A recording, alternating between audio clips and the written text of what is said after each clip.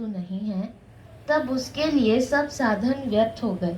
अब उसके लिए कोई साधन की जरूरत नहीं और वो सब व्यर्थ हो गए, क्योंकि वो साकार है नहीं, वो तो निराकार है। तो उसके लिए जो साधन करते थे जो वो सब व्यर्थ हो गए, कहते कुछ करने की जरूरत नहीं। उसके लिए कोई साधन कर्तव्य रूप नहीं है, उसे किसी साधन जाल में फंसने की जरूरत नहीं है। शरीर दृश्य है, नेत्र दृश्य है, मन दृश्य है, किंतु आत्मा ही एक ऐसा तत्व है जो कभी कहीं किसी का दृश्य नहीं बनता है। जो जो आपके देखने में आती है, जानने में आती है, वो सब दृष्टा का दृश्य है। पर आत्मा किसी दृश्य का दृष्टा नहीं हो सकता। कोई भी दृश्य आत्मा का दर्शन नहीं कर सकता। आत्मा से सब जाना जाता है, एक दूसरे को सब जानते हैं, पर उस जानने वाले को कोई जान नहीं सकता। परमात्मा सबका अंतिम दृष्टा है। एक रूप देखो सामने है, तो किससे जाना गया? आंख से जाना गया। तो अब आंख बन गई दृष्टा और रूप बन गया दृश्य। फिर आंख को किसने जाना है? मन ने जाना है। तो आंख बन गई दृश्य और मन बन गया दृष्टा। फिर मन को किसने जाना है? बुद्धि ने जाना है। तो बुद्धि बन गई दृष्टा और ये मन बन गया दृश्य। फिर इस बुद्धि को किसने जाना? जीव ने जाना। तो जीव बन गया दृष्टा और बुद्धि बन गई दृश्य। फिर इस जीव का कौन प्रकाशक है? वो मैं हूं। तो मैं हो गया दृष्टा और जीव भी हो गया दृश्य। आकर 4,84,000 जोनि भ्रमत यह जीव अविनाशी, ये बन गया। तो अब मैं दृष्टा हो गया और ये सब मेरे द्वारा जाने गए, ये दृश्य है। लेकिन मेरे को देखने वाला, मेरे को जानने वाला कोई नहीं। मैं अंतिम दृष्टा हूँ। सब दृश्य मिलकर भी आत्मा को देख नहीं सकते, आत्मा को कोई भी छू नहीं सकेंगे। देखो, देखने, छूने, जानने के लिए 4 मार्ग हैं।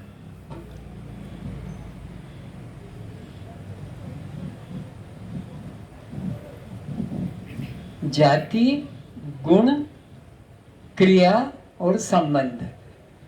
सारा दुनिया का जो व्यवहार हो रहा है 4 बातों से, जाति से, गुण से, क्रिया से और संबंध से।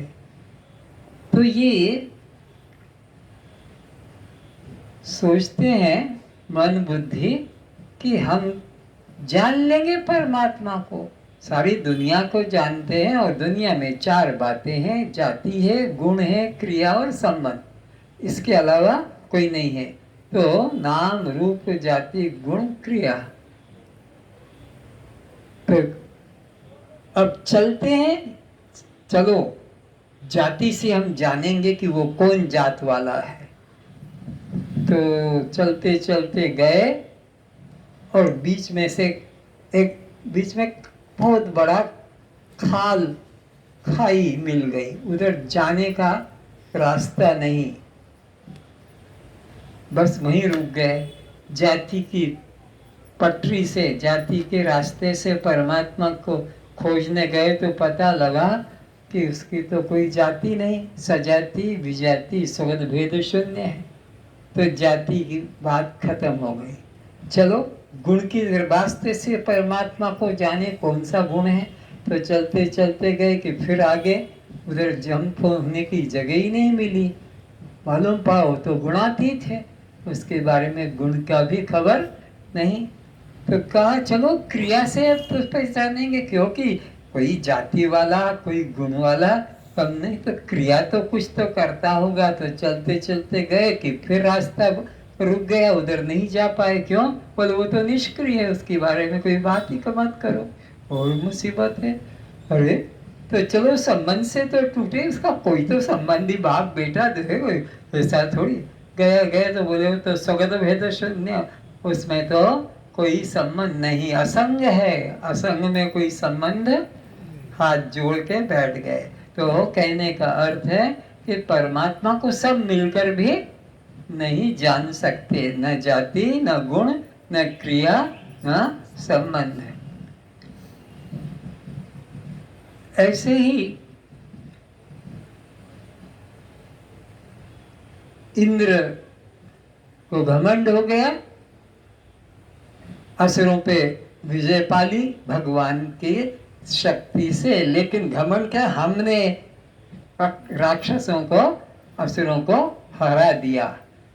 तो भगवान तो किसी का घमंड रखते नहीं अपने भक्त के अंदर, तो उसका घमंड तोड़ने के लिए यक्ष रूप लेकर प्रकट हो गए। और बाहर लोगों ने देखा कि ये बहुत ज्योति स्वरूप कुछ है, तो कहा कि महाराज कोई ऐसा बाहर विराट रूप दिख रहा है, तो आप थोड़ा आदेश दें, अपने सेवकों को पता करके आए, परिचय करके कि कौन है वो। तो अग्नि ने कहा मैं जाती हूँ और अभी पता करके आती हूँ कौन आया है। अग्नि से तो सब नीचे ही होंगे। गई और पूछा कौन है आप?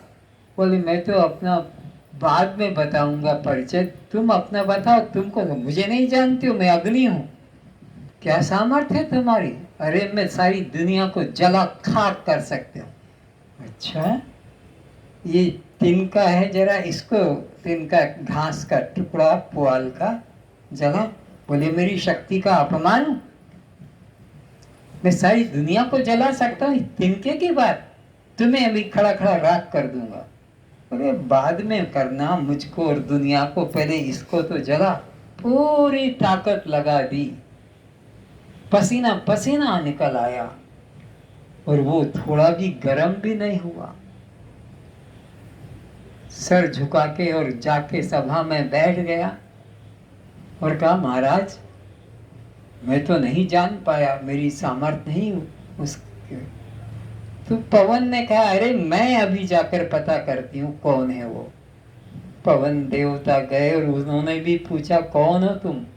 बोले मैं तो अपना परिचय बाद में दूंगा, तू कौन है पहले बता। बोले मुझे नहीं जानते हो, मैं एक क्षण में सारी दुनिया को उड़ा सकती हूँ। ना पवन ने घमंड दिखाया, बोले जरा ये तिनके को तो उड़ा के दिखा।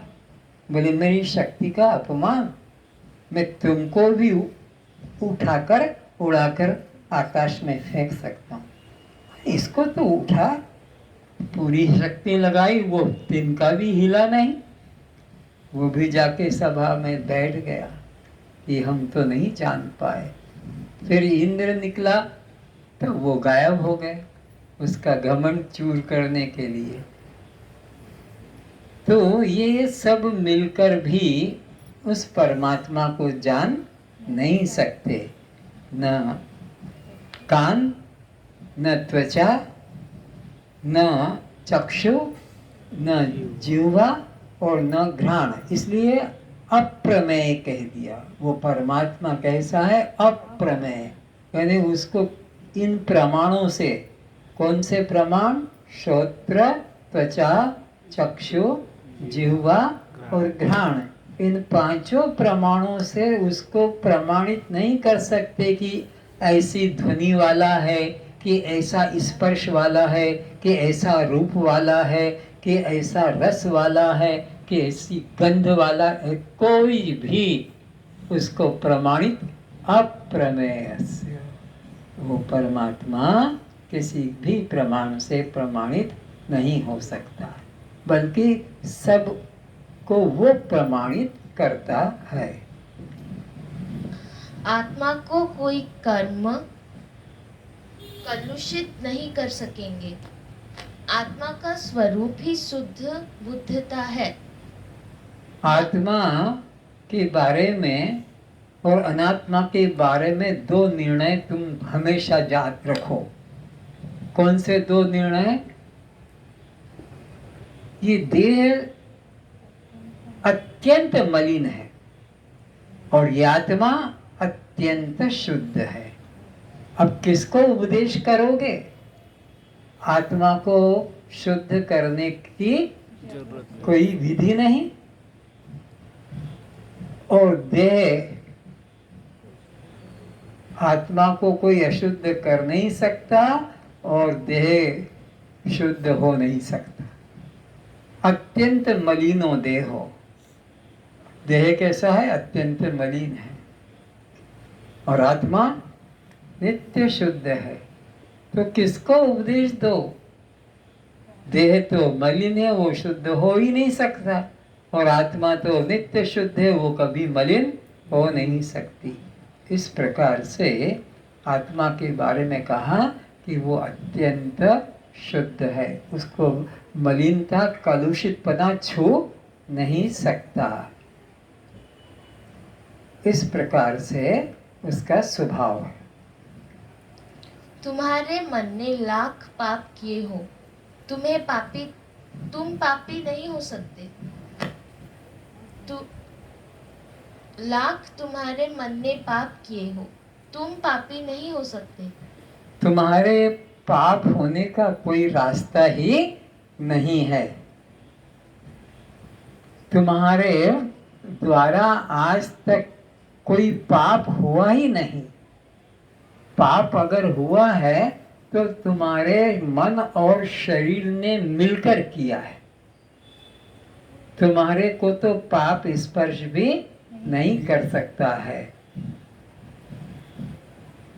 तुम तो अकर्ता हो, निष्क्रिय हो, इसीलिए निष्पाप हो। कर्ता होते तो पाप भी लगता, पुण्य भी लगता, लेकिन न तो तुम्हें पुण्य स्पर्श करता है न पाप स्पर्श करता है। अगर पाप हुआ है तो तुम्हारे द्वारा नहीं, पाप कर्म भी हुआ है तो तुम्हारे द्वारा नहीं। किसके द्वारा? तुम्हारे मन और प्राण शरीर के क्षेत्र की बात है। आत्मा के क्षेत्र में न कर्म है न पुण्य पाप है। तुम्हारा अंतरतम, तुम्हारा आंतरिक स्थल सदा शुद्ध अछूता कुंवारा ही है। तुम पापी हो नहीं सकते, क्योंकि पापी होने की कोई संभावना ही नहीं।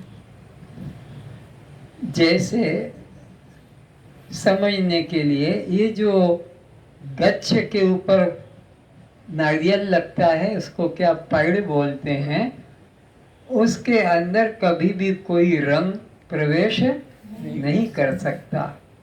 पूर्ण शुद्ध निर्मल रहता है। उसके अंदर का जो निकलता है उसको कभी हरा पीला लाल काला होता है? कभी नहीं।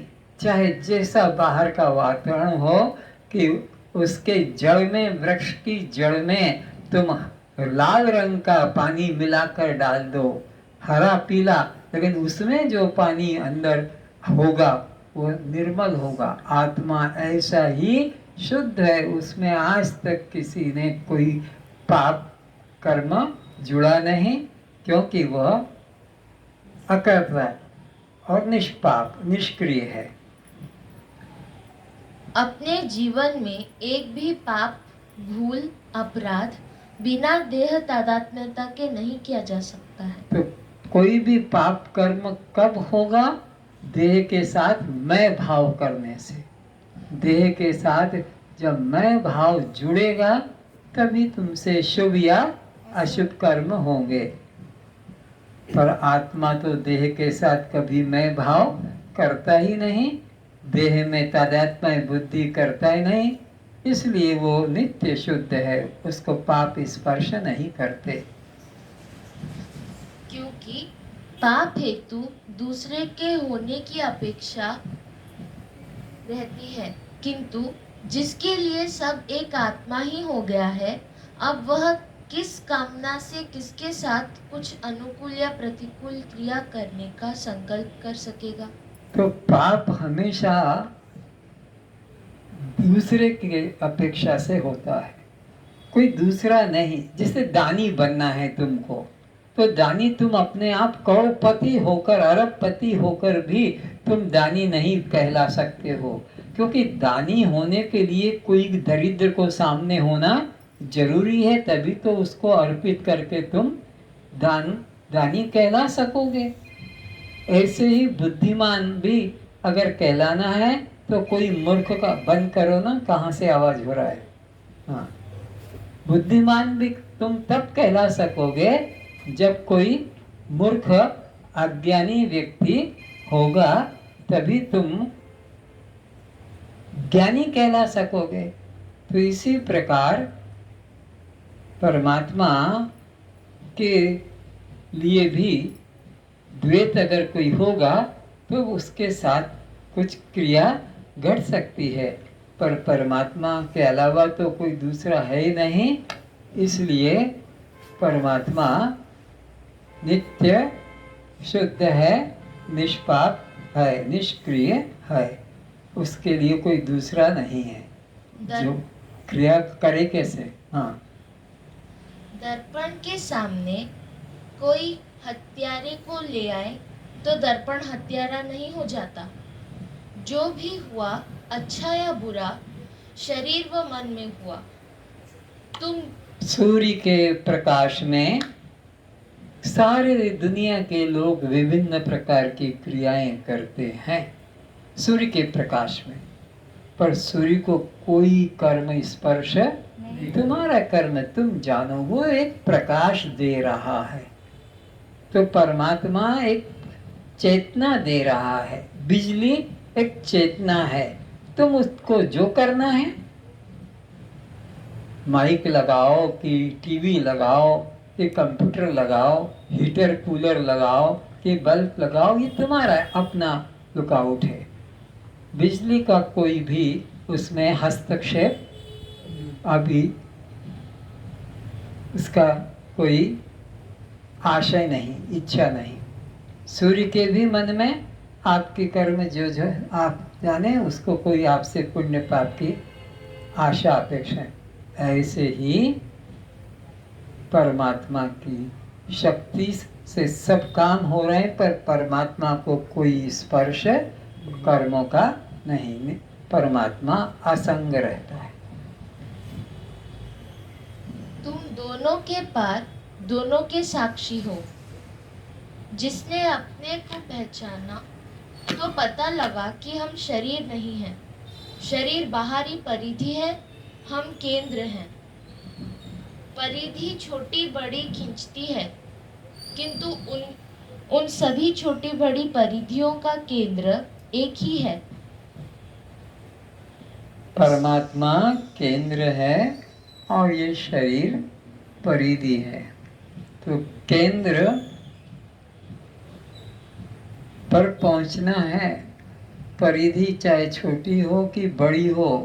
कहाँ तक की परिधि है? ब्रह्मा विष्णु लोक तक की ये सब परिधियां हैं, पर परिधियों के जो अब वो होता है ना राउंडर, तो वो वहाँ से जितनी जितनी भी दूर होते जाएंगे, वो दो टांग वाला होता है ना, क्या राउंडर कहते हैं, तो वो परिधि दूर होती जाएगी। केंद्र पे आना है तो परिधि को छोटा छोटा करते छलांग लगाना होगा केंद्र पे आने के। केंद्र से तुम जितना भी दूर जाओगे तुम्हारी परिधि बढ़ती जाएगी। तो परमात्मा केंद्र है और ये ब्रह्मा विष्णु लोग क्या है? परिधियां हैं, सब दूर होते जा रहे हैं। तुम केंद्र से जितना आगे बढ़ोगे दूरी बढ़ती जाएगी। तो परमात्मा आत्मा सबका केंद्र है और ये सब परिधियां हैं। तो परिधियों में मत भटको कि मैं इतना ऊपर तक चला गया, मेरे को इतना ये ज्ञान हो गया, मैं इतना प्राणायाम कर लेता हूँ, इतना प्राणों को रोक लेता हूँ, इतना मन की बात जान लेता हूँ, मेरा आसन जमीन से उठ जाता है। देखो ऐसे ऐसे भी अहंकार प्रदर्शन करने वाले हैं। तुम जमीन से 1 फुट उठ गए कि इतना उठ गए कि तुम्हारा छत से शायद टकराने लगा और तुम घबरा गए और गिर गए। हुआ कुछ नहीं, तुम वहीं के वहीं बैठे हो। तुम्हारे पास में एक दूसरा साथी बैठा है, वो कहता है मैं तुम्हें देखा हूं, तुम यहीं के यहीं हो, और तुम कहते हो मैं छत तक गया और टकरा के नीचे गिर गया। तो अगर उठ भी गए 1 फीट 2 फीट, ये कौवा चिड़िया तो बहुत ऊपर उड़ जाते हैं। तुम्हारी महिमा इतनी साधन करके और जमीन से उठ गए तो इतनी तुम अपनी महिमा गा रहे हो। ये कौवा ये चील तो और ज्यादा ऊपर तक उड़ जाते हैं। इससे मुक्ति का तुम्हारी इस साधना का कोई महत्व नहीं है। तुम्हारा देह भाव छूट गया तब तुम्हारी साधना का या तुम्हारे जीवन का महत्व। देह भाव तो तुम्हारा और बढ़ जाता है। मैं सिद्ध, मैं महान सिद्ध, इतनी सिद्धियां मुझे हैं। सब सिद्धियां तो थी नारद जी के पास, फिर क्यों रोते रोते वो गए संत कुमार के पास कि मुझे सब विद्या मालूम है, सब सिद्धियां मालूम है, सब कुछ मैं जानता हूँ, कुछ अनजान नहीं है, फिर भी मुझे शांति नहीं है। भगवान विष्णु के सत्संग में भी जाकर बैठते थे, उनकी यही दशा थी। तब कहा कि जा गुरु बना, तेरा कोई गुरु नहीं है इसीलिए तुझे शांति नहीं। और गुरु के पास गए और गुरु को अपना सब अहंकार बताया कि मैं इतना साधन करके इतनी सिद्धियां पा चुका हूँ।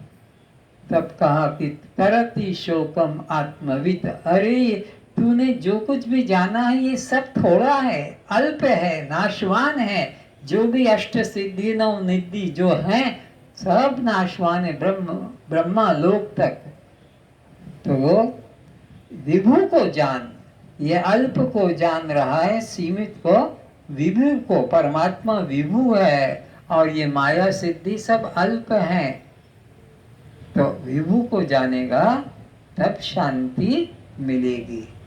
तो उसने फिर अपने अहंकार को हटाकर और आत्मज्ञान को प्राप्त किया। तो यह सब संसार की वस्तुएं सिद्धियां नाशवान हैं। आत्मज्ञान से और ऊंची कोई सिद्धि, आत्म सिद्धि सबसे बड़ी सिद्धि है, आत्मा का अनुभव।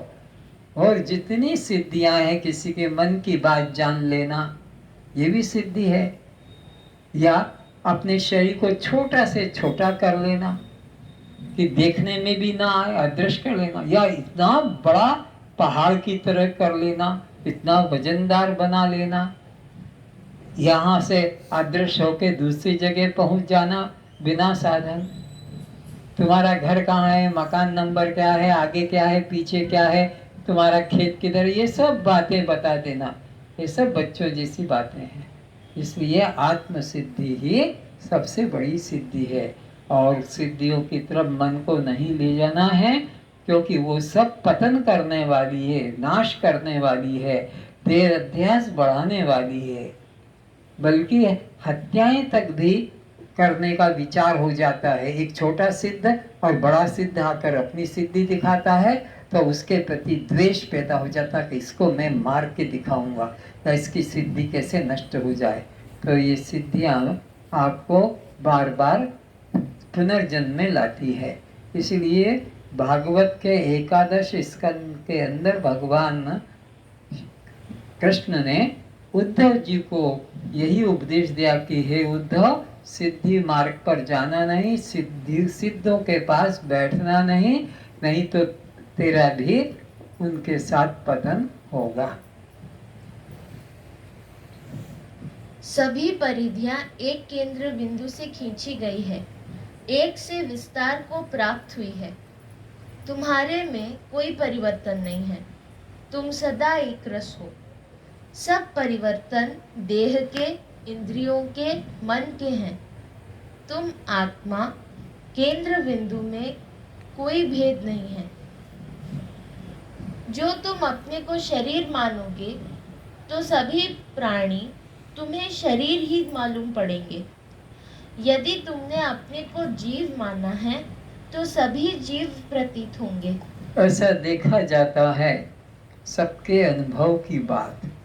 गर्मी के दिनों में विभिन्न प्रकार के लोग चश्मे ले लेते हैं। कोई को हरा पसंद है, कोई को नीला पसंद है, कोई को और ऐसा। तो वो जिस रंग का ग्लास उसमें होता है, तुम्हारे सफ़ेद कपड़े भी उसी रंग से मालूम पड़ेंगे, जबकि कपड़ों को रंग छू नहीं रहा है, पर वो चश्मे को।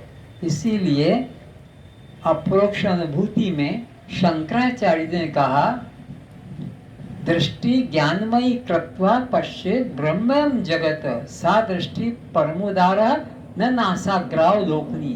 क्या कह रहे हैं शंकराचार्य जी कि देखो, ये जो नाक के ऊपर यहाँ जो चश्मा लगाते हो और सब वैसा दिखता है, तो इसी तरह ब्रह्म का चश्मा लगा लो तो फिर सब ब्रह्ममय। हरा चश्मा लगाओगे तो सब हरे, पीले चश्मे से पीले, नीला चश्मा से नीला, तो ब्रह्म का चश्मा लगेगा तो ब्रह्म हो। तो वो चश्मा लगाओ, उससे कल्याण होगा। सा दृष्टि परमोदारा न नासाग्राव लोकनी। ये नाक के आगे ऐसे आंखें बंद करके ध्यान करना, ये पाखंड से कल्याण नहीं होगा। नहीं तो बहुत लोग बैठे नहीं कि बस सीधे बैठ जाएंगे आंखें बंद करके, या यहाँ से थोड़ा अर्ध आंख खुली बंद, नाक के आगे। भगवान ने तो साफ लिख दिया, न नासाग्राव लोकनी। नासिका के अग्रभाग को देखने से कल्याण का कोई संबंध है, ये मूर्ता जड़ता का है। इसलिए ब्रह्म दृष्टि का चश्मा लगाओ और ब्रह्म दृष्टि से देखो। इसीलिए तो गोपियां कहती ना, जित देखूं। उन्होंने नहीं कहा जित मीचू, जित मीचू नहीं, जित देखूं तित शाम। मेरे को शाम ही दिखाई पड़ता है। या सिया राम मैं सब जग जानी करऊं प्रणाम। तो क्या आंख बंद करके प्रणाम करेगा? ऐसे प्रणाम करेगा? आंख बंद करके, अरे मेरे प्रभु मेरे सामने में क्यों आंख बंद करूं? आंख तो उससे बंद की जाती है जो दुश्मन हो। कहते ना, मेरे आंख के सामने नहीं आना, हटा लो इसको मेरी आंख के सामने, मैं उसको देखना नहीं चाहता। ऐसा कौन कहता है? अज्ञानी लोग। लेकिन सिया राममय सब दिख रहे हैं, तो मैं तो श्रद्धा से सबको प्रणाम करता हूँ, मेरे प्रभु। चलो आगे। यदि तुमने अपने को अखंड आत्मा जाना है तो सब देश काल वस्तु में एक अपना ही दर्शन होने लगेगा। बस आज इतना ही। अगर तुमने अपने को अखंड जाना, अभी तक तुम अपने को एक गांव, एक जिला, एक देश, एक घर और एक व्यक्ति रूप में मानते हो। लेकिन अगर तुमने अपने को अखंड जान लिया, सब देश, सब काल और सब रूप में, तो फिर अब तुम्हारे लिए कोई दूसरा रहा ही नहीं। किससे विरोध करोगे? किससे प्यार करोगे? किससे ऊंचा और किसको नीचा? क्या ग्रहण, क्या रह, कुछ नहीं रहता। इसलिए अपने अखंड आत्म स्वरूप को जानो और आनंदित रहो। सर्वे भवन्तु सुखिनः, सर्वे भवन्तु सुखिनः, सर्वे सन्तु निरामया, सर्वे भद्राणि पश्यन्तु, मा कश्चित् दुःखभाग् भवेत्। सब सुखी रहें, सब निरोग रहें, सब आनंदित रहें, सबको आनंदित करने का प्रयास करें। किसी को दुख न पहुँचाएं, कष्ट न पहुँचाएं। यदि हमारे व्यवहार से, हमारी वाणी से, हमारी क्रियाओं से किसी को कष्ट हो रहा है, दुख हो रहा है, तो हम उससे क्षमा मांगें, वो हमें क्षमा करें, आगे ऐसी भूल नहीं करेंगे, आगे ऐसा कर्म नहीं करेंगे जिससे आपको कष्ट हो। अब हमारा कोई शत्रु नहीं है, सभी हमारे मित्र हैं। सबका कल्याण हो, सबका कल्याण हो। सर्वेषां स्वस्तिर्भवतु, सर्वेषां मंगलं भवतु, सर्वेषां स्वस्तिर्भवतु, सर्वेषां आनंद भवतु। ओम शांति शांति शांति। आप लोगों ने ध्यान से सुना, उसके लिए मैं बहुत आभारी हूँ। आपने मुझे इतने समय सत्संग में डूबने का अवकाश दिया। आपके पुण्य के प्रताप से मैं इतने समय आपके साथ सत्संग में डूब सका, और जो मुझसे भूल अपराध हुआ उसके लिए क्षमा चाहता हूँ।